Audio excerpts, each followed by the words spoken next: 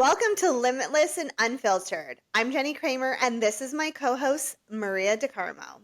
This is a space where we get real, raw, and unfiltered about life, business, and everything in between.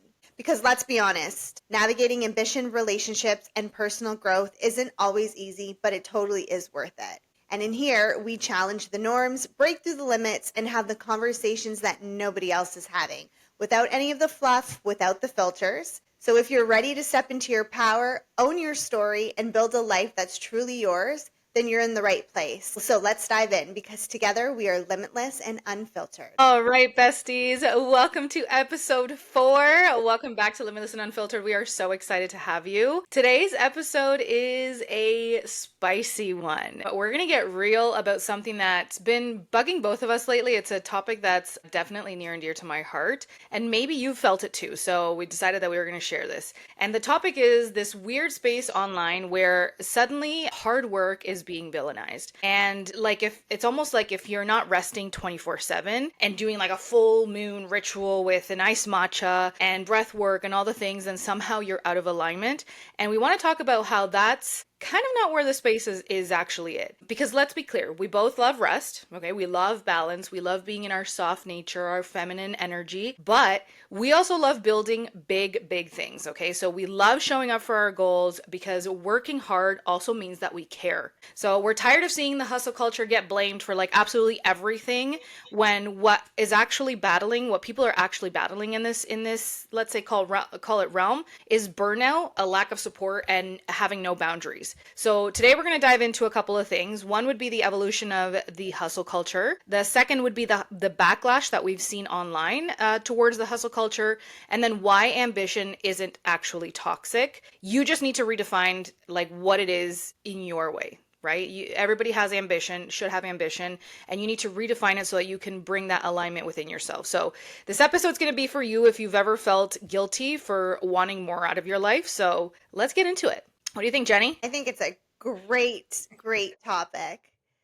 I'm so excited for this. Nothing lights me more on fire than when I hear like, I just want to let things flow. Yeah, no, when you brought the topic up to me, I was like, I can totally resonate. Even when you kind of went in to talk about like the culture, how it started around like that 2014 to 2019 timeframe, it totally hit home with me because in 2015, that's when I started to build out my business plan for building out my first dental office. And literally from like 2015 up until 2025, I've been like nonstop with life. And the only time I actually stopped to think about what the fuck am I doing is when I was like 3-4 months pregnant, and I was like, I'm fucking tired and I'm so sick of this bullshit game. Yep. And so, okay, so then let's get right into it. So Sorry, Maria. I could not agree more with that, like honestly. And I think this is going to resonate for a lot of people who are especially in the entrepreneur field, or the let's talk about all of it. So the rise and fall of the hustle culture. It started with like that Gary V era, which essentially, if you don't know anything about Gary V, he became really, really popular because he preached that you had to grind until you died, right? Like sleep was for the weak. Like who hasn't heard that? I've heard that so many times, and I used to say it all the time. Like why do I need sleep? Sleep is for the weak. Or sleep when you're dead. I'm like, fuck that. Sleep when you're dead. I used to push through and not sleep, work nights at the bar, go and work hygiene. And I was like, I don't know where I got the energy from, but I did. And then there came a time where it's like your body just stopped working for you. Absolutely. So in that era, like you were talking, the peak of the hustle culture, that was essentially between 2014 and 2019, when all of that like grind mode was like extremely glorified on social media, right? So we just talked about that. The rest became something that was basically a weakness for people. And I find that we have to find that balance in between there. And so when we look at that rise of the hustle culture, he was the loudest voice in all of social media. He was literally really preaching things like you need to work 18-hour days. If you're not tired, then you're being soft. Like things like, if you're not working on weekends, then you don't want it bad enough. Sleep is for the weak, sleep is for the losing, like all those things. And coming from someone who back then used to work almost every weekend and 16 to 18-hour days, I totally resonated with that. And it was something that, I mean, I hate to say it, but we were influenced into that. We were influenced into, you need to have this like hyper productivity, ultra discipline, building empires at all costs. And sometimes those costs became your health and your mental health, right? So I think it was an era that inspired a generation of entrepreneurs, which was a good thing. Like I definitely don't want to dismiss the hustle culture. I want to redefine it for people. So it brought out a lot of entrepreneurs, a lot of people who started doing a lot of side hustles, showing up really, really hard for themselves. But it also led to a lot of people becoming completely fried in the way that they felt, like Yeah. completely drained in their energy. And so when we think about it, like, why did people even buy into it? Like, why did people buy into it? And I say people, and people is me, right? Like, why did I buy into this whole era? Well, it was essentially like validation through output, right? Your worth was tied to how much you could produce. And looking at back at it now, I was definitely in that. Like, how much can I work in order to be able to go on the trips, hang out with friends? Like, how much can I do? And if I haven't been able to do all those things, go to the parties, do whatever it was, then I just needed to do more, right? And another thing was the financial escape, which I just tied into that, right? Many people saw hustling hard as like the only way out of the circumstances that they were in, which sometimes that proves to be true. You have to work harder than the rest of the people around you if you want to see success financially. But at the same time, you also have to work on yourself, because if you don't take the time to slow down and like really come back to yourself and take the rest that's necessary mentally, physically, and emotionally, then it doesn't matter how hard you're going to work. You're going to lead to that burnout. You're going to lead to that. Yeah, because it's like burning the candle from both ends. Hmm? There comes a time where it's literally it's gonna meet. That's it. And another thing that people were really buying into this in this era was the masculine energy dominance, which is exactly our first episode. I talked about it, right? Like how Yep. my whole life I've been essentially working through my masculine energy and that dominance. And so it was the do more, achieve more, like never ever stop. And there is parts to all of this that is true. I truly believe, and I'm going to bring my take on this. I believe that you do still have to hustle. There are times and seasons when that is what we are doing. We are in our masculine dominance. We are never stopping if you want to achieve things, right? Like life has to be a balance of both, but in that time frame, like that 2014 to 2019 era, that was just the thing. If you weren't doing more, then you were considered like you weren't doing enough, right? And another reason why this became so popular was that social proof, because everybody was doing it essentially on social media, right? Like Hmm. really diving into like showing what you were doing and how busy you were. And if you weren't showing how busy you were building something, then people were like, well, are you even trying? Right? Where Right. I think that's where the toxicity went in, because that is where it went wrong.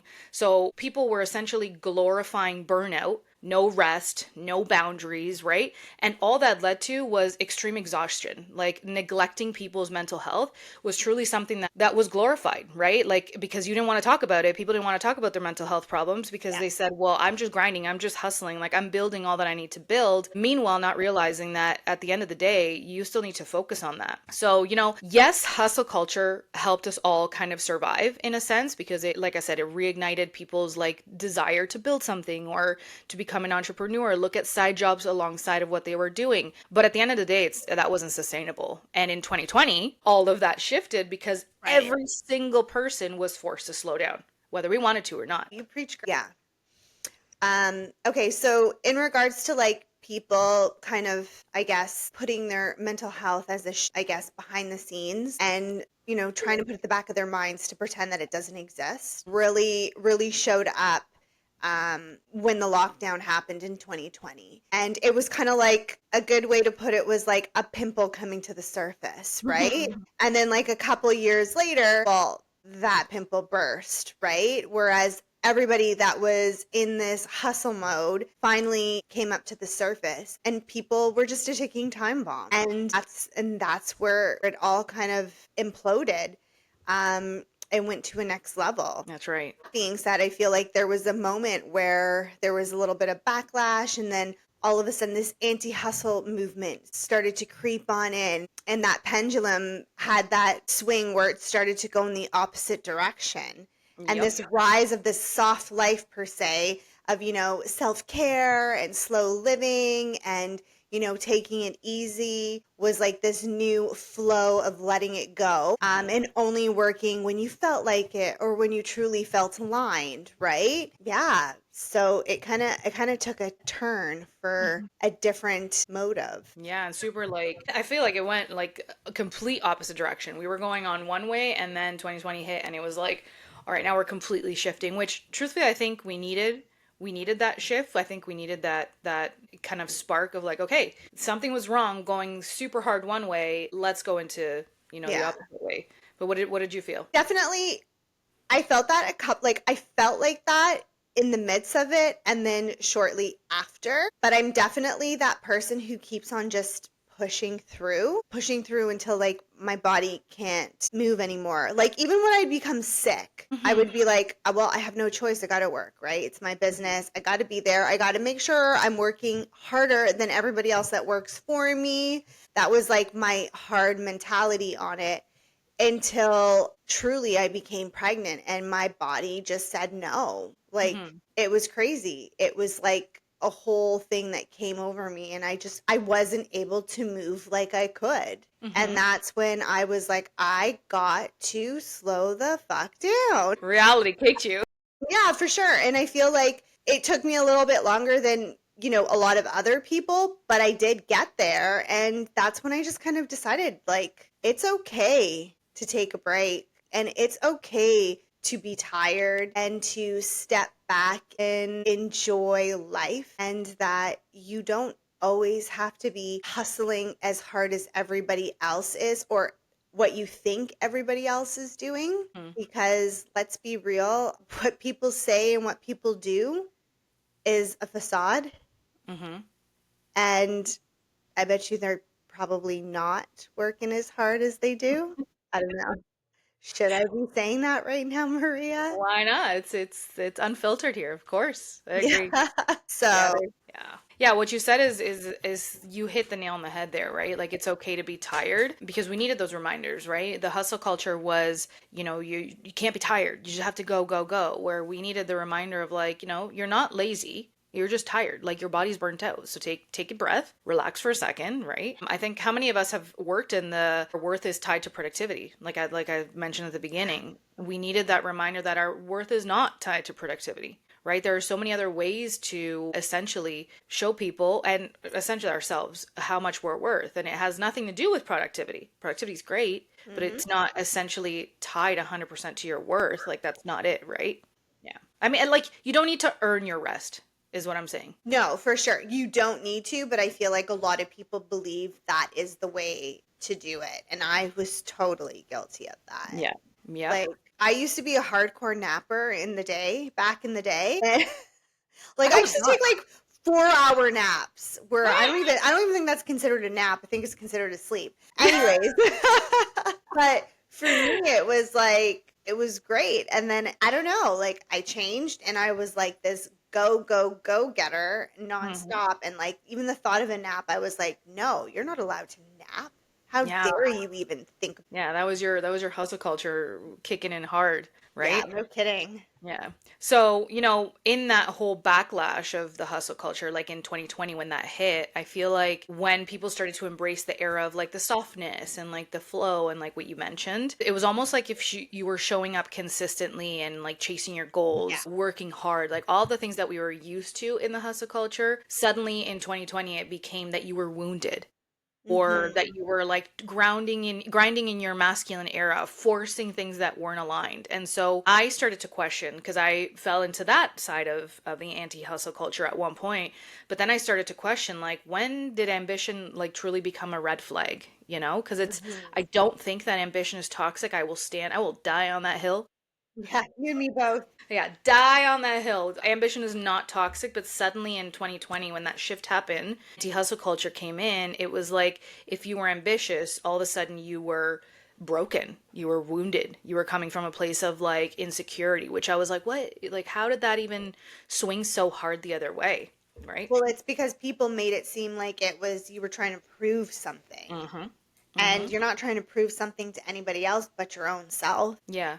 Yeah, exactly. And I feel like that's where the messaging got lost because that anti-hustle culture movement created this vision and what you were saying, a facade of like, you were seeing people on social media that were saying, "Oh, I'm so successful," but they weren't showing the sweat, they weren't showing the stress. They were showing, "Oh, I'm just going to journal and manifest my way to success while I drink my matcha." It's just like, what? Like that is not how that works, you know? Like don't get me wrong, I love the soft girl era. Love having all of this like downtime and like really allowing things to flow. But sometimes I think when what people call alignment is actually avoidance, which is going to be a hard pill for some people to swallow and hear us say that. But like sometimes we use that like, oh, I'm not aligned. I'm not aligned in what I'm doing as a way of avoiding like things that we should be doing, right? Like sometimes that like healing era, which is it's still to this day is such a huge thing, that healing era becomes, I'm gonna hide here, right? Like that's my place of hiding because rest became some sort of like glorified thing without actually working. And I think that's just a mask for fear of actually doing the work. So, sometimes you're not tired, you're scared, like you're stuck, you're self-sabotaging, all of that like messaging, I think to a certain degree has some sort of truth to it, but I Yeah. think we've gone too far into that where now people are just like, well, I'm not going to do the work because I feel aligned. But at the same time, that resistance that some people may feeling, that's not coming from a place of like, oh, you're hustling too hard. That's coming a place of fear of like, I Yeah. know I should be doing this, but I don't like it feels uncomfortable. And let's be honest, like nothing grows in the comfort zone. So people are taking this whole anti-hustle culture and turning it into something that they're hiding behind to not do the work, not put in the work. For sure. But yes, I 100% agree with you. But I find that it's like the younger generation. Yes. So I was born in 86. Maria, Mhm. you're born in 90. 90. Yes. Okay. Yeah, 90. So I feel like there's this generation after us who are, correct me if I'm wrong, they a sense of entitlement, Hmm. right? Where they Hmm. feel like, oh, I'm just deserving of it. I want X amount of dollars and I want this success, but I don't want to do fuck all. Yeah. And I think that you're right. And I think that comes because I see it in, even my parents' business when they're looking at like employing, as somebody new into the business, it does come from a place of entitlement. Like just thinking that you went to university and got a university degree or a college degree and then coming into the workforce and believing that you deserve the job without having actually earned it. I think Hmm. that also comes not just generation, but you got to think the generation that came after us, this is no shade to you guys, but the generation that came after us were heavily involved in social media. This is where all the swing came in. So it's all going to tie back into what you're consuming on social media. But if you are in that generation that's, a little bit younger than us, we're not throwing shade at you. We're just asking you to think to yourself, like, am I actually genuinely in a season of rest and repair and healing? Or am I avoiding the discomfort of that effort and growth? Like, that's massive. And No, that comes with yeah. self awareness, right? For sure. Yeah. Yeah. Like, I don't know about you, and I don't know if it's a place to talk about, but like being in dental hygiene, right? I'm just going to be completely open about it. So, like, Mhm. for me, like, I understand, like, as a dental hygienist, we go to school, we work our butts off. We Mhm. go through a lot of bullshit, which a lot of professions do. Mhm. We pay a lot of association fees and we deal with a lot of shit when we see patients and working in dental practices and healthcare. And okay, yeah, like I believe that we should be paid well, right? Agreed. Yep. I don't know about you and what like the average hourly rate is for a dental hygienist, new grad in Hamilton. Are you aware of that? I think we're in Hamilton, I think we're sitting at around 45, 50. I could be totally off, but that the last time I checked it was around that. Yeah. So like in Toronto, which is like a hop, skip, and a jump away, like we have Yeah. hygienic like I'm on these Facebook groups and I'm like, these hygienists, like, listen, I am a hygienist. I've worked for a dentist. I've also been self-employed. And they're like, we deserve $55 to $60 an hour. I had one hygienist say, oh, well, if I'm a contractor, I'm deserving of $80 an hour. Woo! You tell me why you think you're deserving of that type of. And is this coming from like younger hygienists, like Yes, coming? new grads. New grads are asking for 55. What do you know as a new grad? You know Dickety Doo on a stick. You know what textbook Yeah. answers are you have no experience and you're asking for $55 an hour. And Hmm. they're only being asked this because they're being told that this is what they're deserving of. I'm sorry, but deserving of is when you put your time and you start from the bottom and you work yourself up to the top. Yeah, you It earn is it. not just handed to you. You need to work your fucking ass off. Yeah, earn it. Earn it, And you know? when I hear these girls who are like, I'm 10 years in and I deserve $60 an hour, and the dentist or whomever owns the practice, they're billing $2 to $250, $300 an hour, and you want $60 an hour. Do you have any idea what it costs to run a dental office? The overhead, all of the things that go behind the Like, scenes. so many things. Like, they're not profiting that money. And No. like, I'm not here sticking up for the dentist, but I'm sticking up for the independent hygienists who work their asses off to book the schedule for these people. Yeah, And you're what? showing up to work, you know? Exactly. Exactly. Hmm. So for me, I just want to say, if you feel like you're deserving of that money, then open up your own practice. Then you're deserving of that money. Well, that's where it comes in, right? Opening Yeah. up a practice is hustling. Open up a practice, and this is for any business. Opening up any type of business that requires work. That requires a lot Money. of money, sleepless work, sweat equity up front for you to Yeah. actually eventually see. And what's the rate? Like 3 years in the red before you can even start making profit? Like Totally. 3 to 5 I, years. yeah, I don't think people see that, right? No. Because I think that it's still coming from, like, we're in 2025 now, and it's coming from a place where people are like, "Oh, I'm not aligned here." And I'm like, "Okay, well, alignment doesn't mean not doing nothing. You still have to earn it, right? It's about doing the right things on purpose, with energy, with your heart and soul, with sweat equity. Yeah. You're still allowed to take a break, right? For But sure. you're also allowed to fight for the things that, like, you deserve, that you need, For sure. right? Like, Absolutely. But it's like, be realistic with it, right? yeah, you have to earn your way up there. Like, it's not, yeah, that's a fun that's a fun little topic of wages. Yeah. Yeah, And anyways.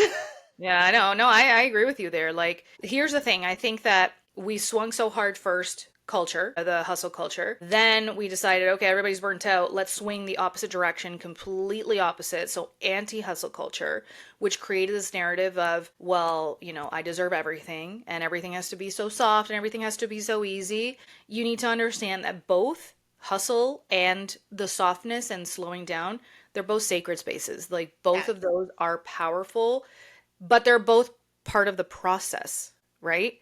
Like, you need to combine both of those together. You can't be on one side only and then, or on the other side, and expect to see some sort of like success, because that's just is not going to happen. That's not going to Yeah. happen. It's sweat equity. You need to work for Yeah. anything. But you also, like, you have to put up the risk. Uh-huh. And that's why people make more money, because they took the leap of faith and put up the capital and took the risk Yep.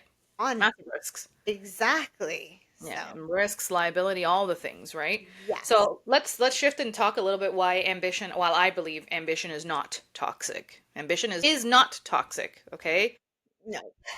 To me, the reason that I say that is because you can still want more for your life and still be healed at the same time. But Yeah. nobody talks about that. They either talk about either wanting more or only being healed, where in reality, you need to be in a space where you can be both.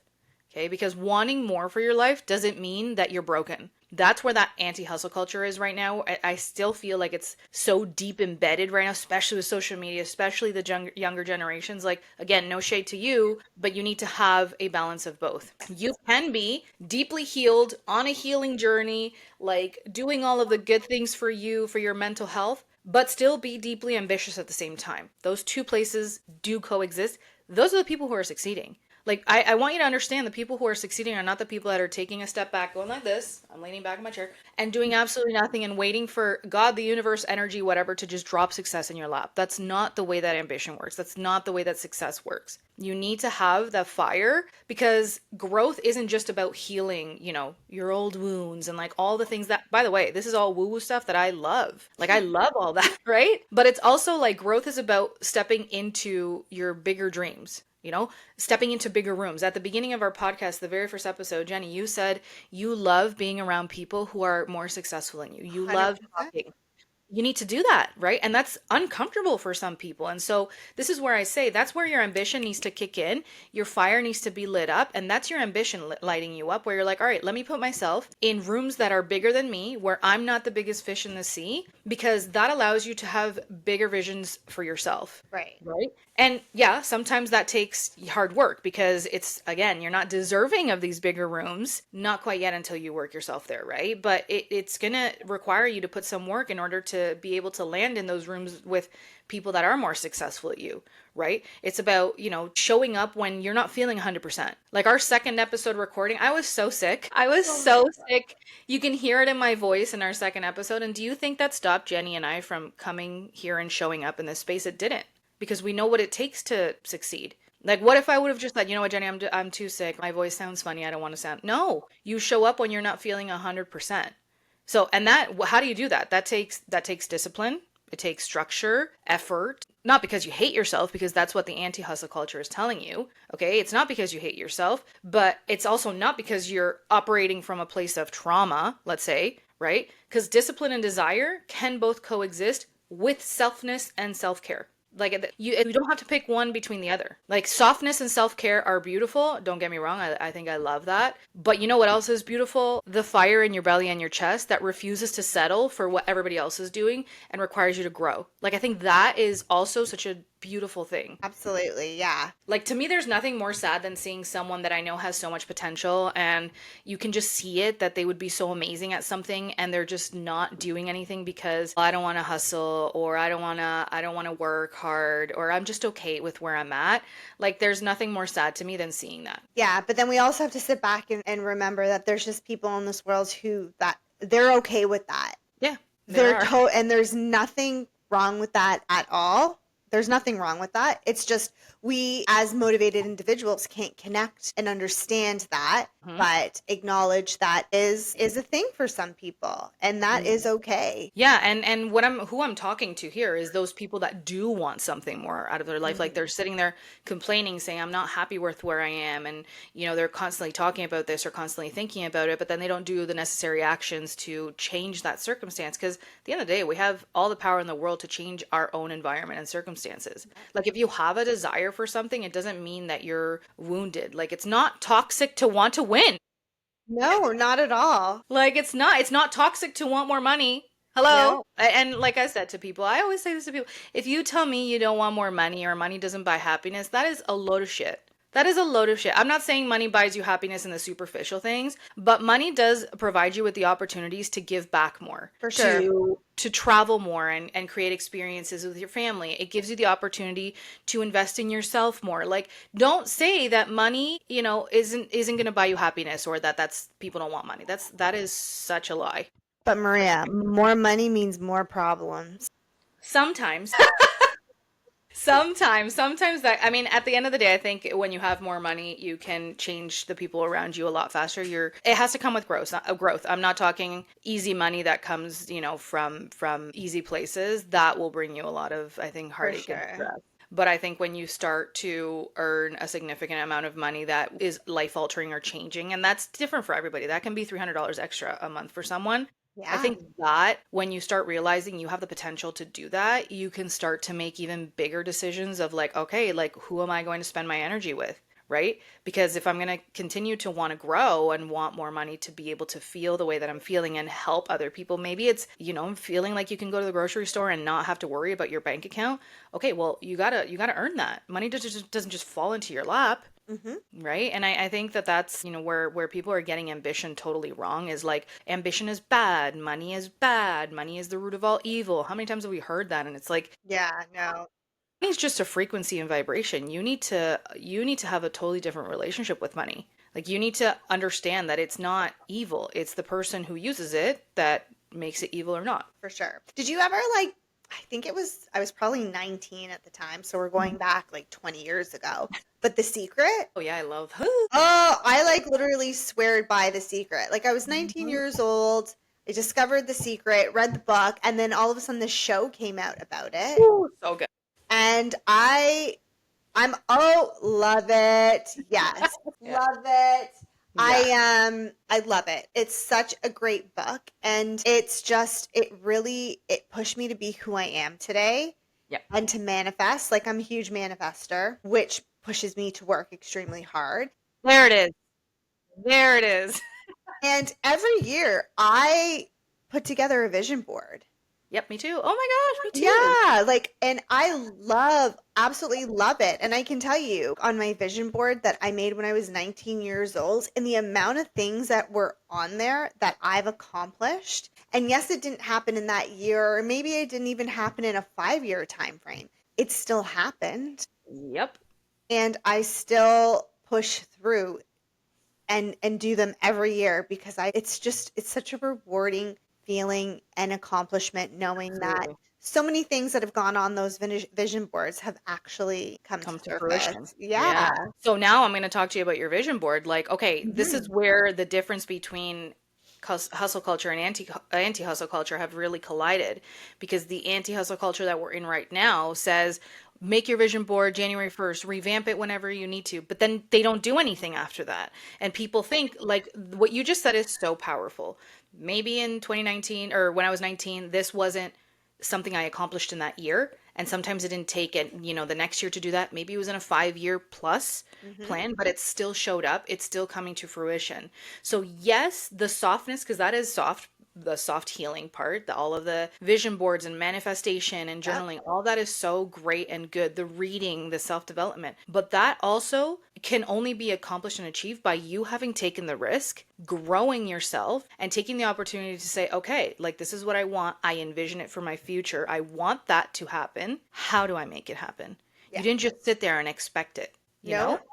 Yeah. No. So it's a funny space because I hear it all the time. Oh, I'm just healing right now. Well, that's great. Okay. But healing is all about reclaiming your power, like reclaiming your voice, like bring that back. Reclaiming your ambition without attaching shame to it. Because Right. it's not shaming, Not right? at Like all. working hard doesn't mean you hate yourself or hate where you are.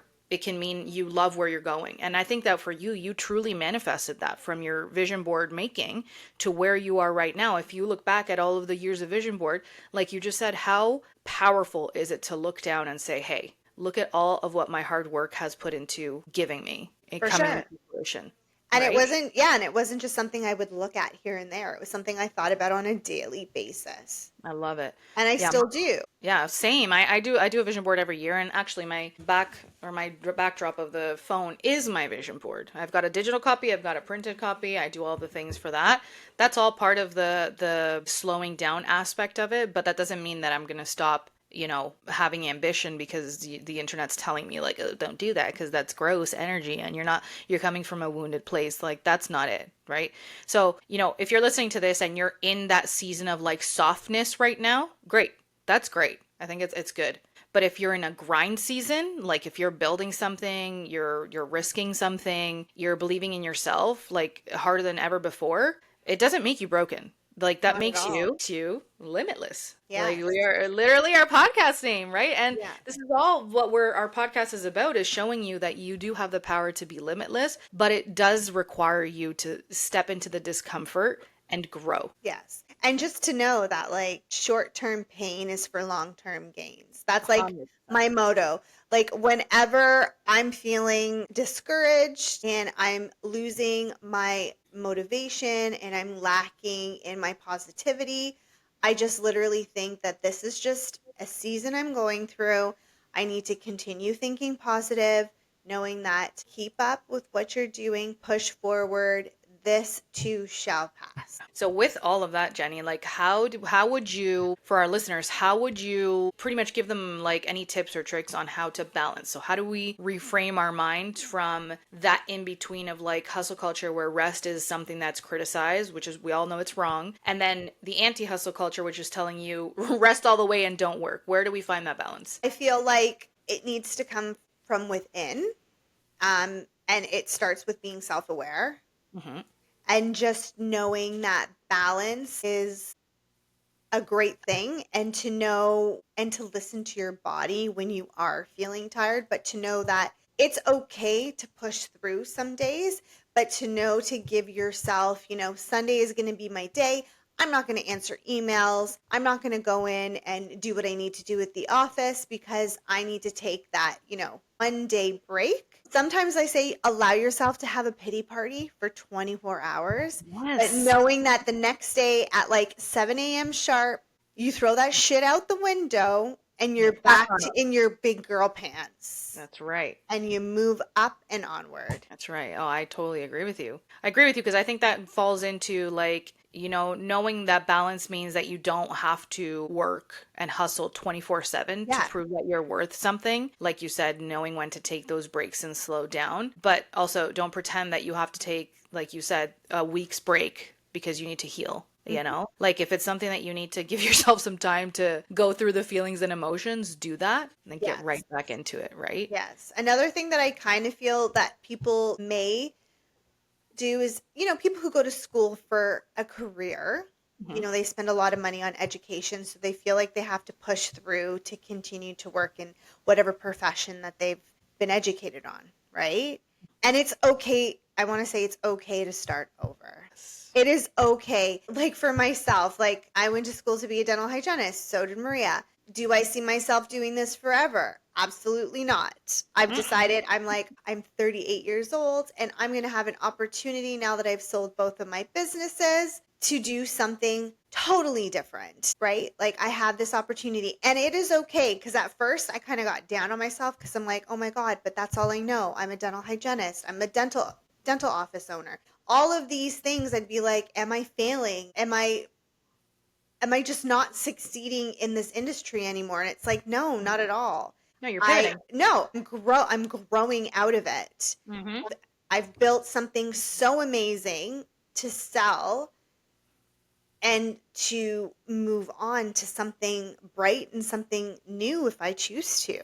Hmm. So it's okay to change things up. Yeah, and that is actually your balance, right? Because Yes. your type of balance, for example, isn't about doing less. It's not about like, okay, I'm gonna sell my practice and do nothing else moving forward. I'm not saying there's anything wrong with that, but for you, how the way that you define balance is doing what makes sense for you right now. Yes. Right, 100%. right. And I feel like, if you're listening to this and you're resonating with anything, you need to own that. You need to own that balance isn't what people and the internet talk about. It isn't about, okay, I'm gonna hustle for 6 hours and then rest for three. Like, that's not it. Like, balance is what you feel like you are, what's necessary right now. Because maybe you are in a season of growing. Maybe you're in a season of building, grinding, right? You're in like a zone of creativity, a zone of genius, and that is what you feel aligned to right now. But then maybe you're also in a season of healing, softness, letting things be, like figuring out where your life path can be, or if you need to pivot or change things like you are. That's also aligned. Yeah. And you don't need to like just pick one over the other.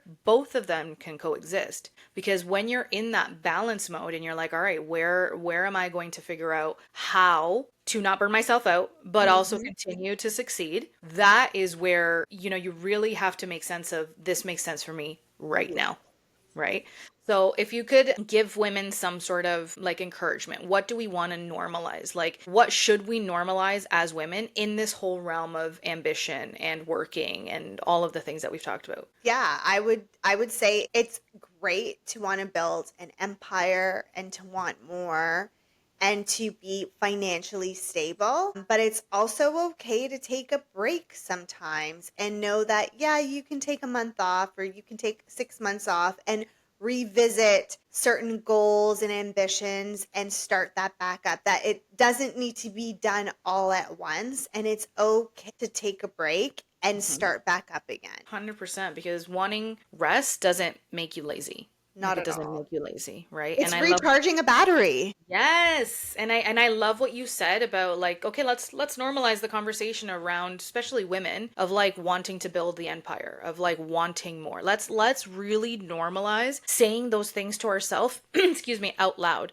Like let's normalize women. Let's normalize saying I want to make a shit ton of money, right? Be good with that. Be good with what you're saying. Like, don't let anybody think that or make you feel like that's ego driven. It's not ego driven because wanting a big life doesn't make you selfish at all. And I think that's where I think our disconnect is coming where, okay, first of all, let's go this way. Why are men allowed to think that way? And nobody bats an eye. Because it's society. Right? Because that's what Yeah. society has taught us. So normalize saying the things that men say. Like when a man goes, I'm going to grind so hard that I'm going to get to that next level of my, I don't know, practice or my law firm, or I want to own, I don't, whatever the fuck, right? Even in construction. Oh, I want to go to the next level of my crew. Nobody bats an eye. Nobody says he's being selfish. Look at him with his ego. Yeah, but no, because men don't have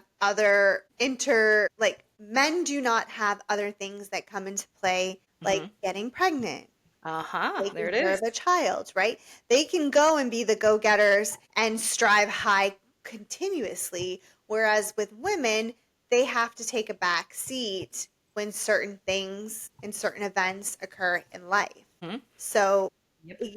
you can't even compare because No, you there's can't. no comparison between Yeah. men to women. Yeah, and that's why, we want to normalize the fact that you Yes. can still be in those seasons of change in your life and Yes. becoming a mom and like doing all the things that truthfully make you slow down, but still allowed to say all of those things. Agreed. Agreed. 100%.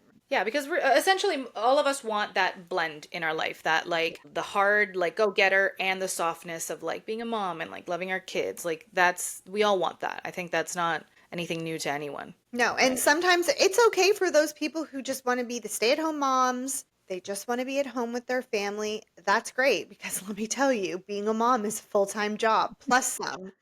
Yes. So, yes, you are working fucking hard. Absolutely. And at the end of the day, you know your season. Yeah. Like you know what's calling you forward in that time of your life, right? So you need to create your own rhythm. You need to create, whether that's a season of hustle in the moment, whether that's a season of healing. Stop trying to match your rhythm with somebody that you're seeing online because like Jenny said, a lot of that shit is facade. A So, lot of that isn't true. They won't show you the hard that comes with it. They're showing you the success and making it seem like they got there by twiddling their fingers and drinking matcha all day long. By the way, I love matcha, that's why I say it. But that's not what brings you success, right? So you know what you need to do. You know essentially what season of life that you're in, and you need to own it. And know that like even if you are in a season of healing, you can still be like, oh, but I also do want to build something on the side. I also do want more money. I also do want this. They can coexist. So, let it be messy, let it be real. Like essentially the balance isn't like, oh, I just want to balance one over the other. The balance is yes. figuring out what works in alignment with where you are at and where you're going next. So, that being said, Maria, give me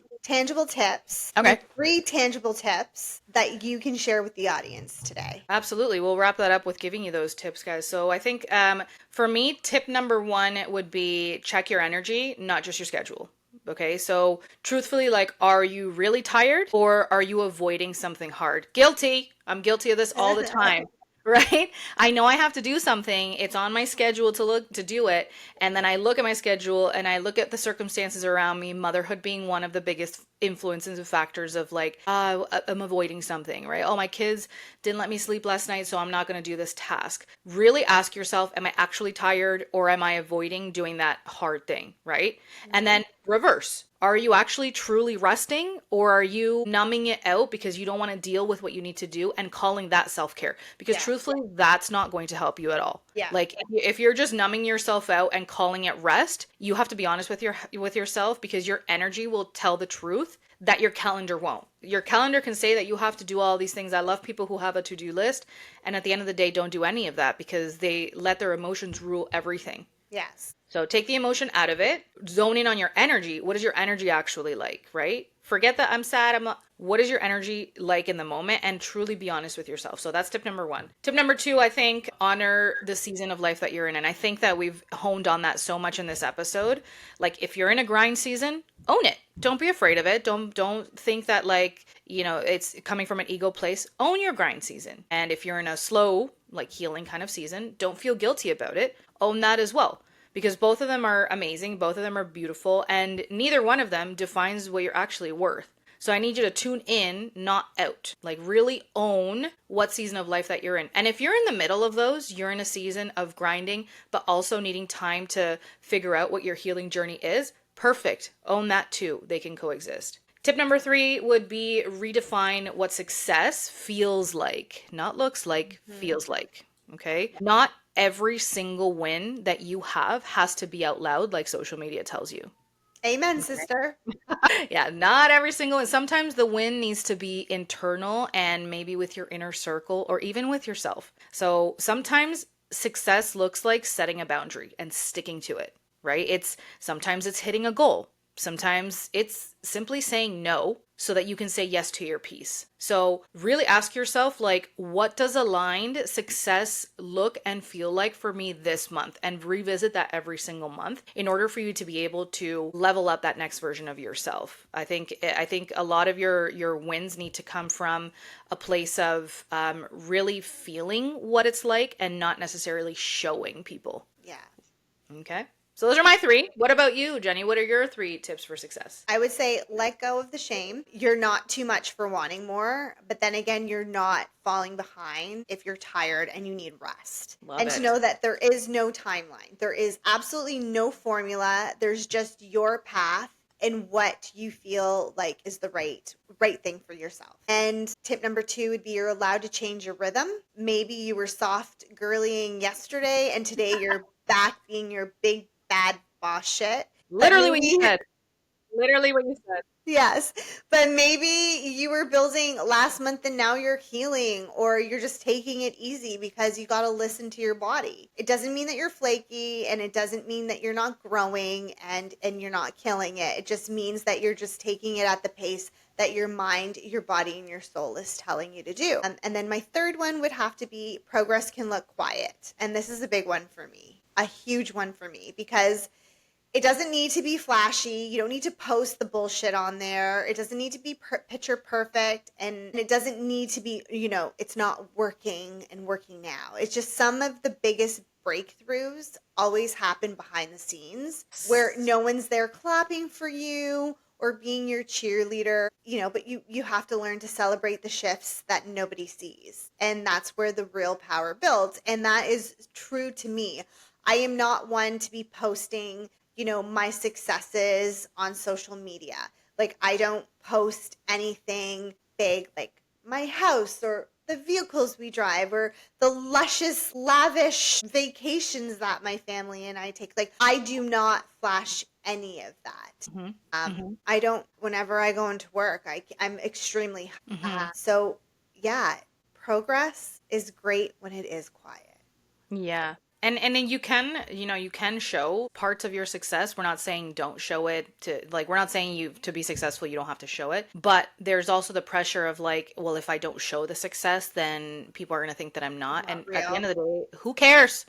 The Like, only person that matters is you and yes. the people who are standing behind, like, with you, not even behind you, Absolutely. beside you. Absolutely. I love that. So I think we're going to wrap up. I think Yeah. we had a pretty spicy episode. But thank you so much for tuning in, guys. And if you really like this episode, let us know. Give us some feedback so that we can continue bringing you some fire pieces like this. It was definitely something that was near and dear to Jenny and my heart, just because there's a lot of shifts happening and a lot of, I feel like, people feeling like they deserve things without having earned them. And there's a very big difference there. And we want you to step into your power. This is literally what this podcast is about. Become limitless and unfiltered in the way that you live your life, and truly own the season of life that you are in, and know that it's all within the best, realm of you becoming a better person, and owning your shit. Just own your shit. Thanks, Have a good one. See you later.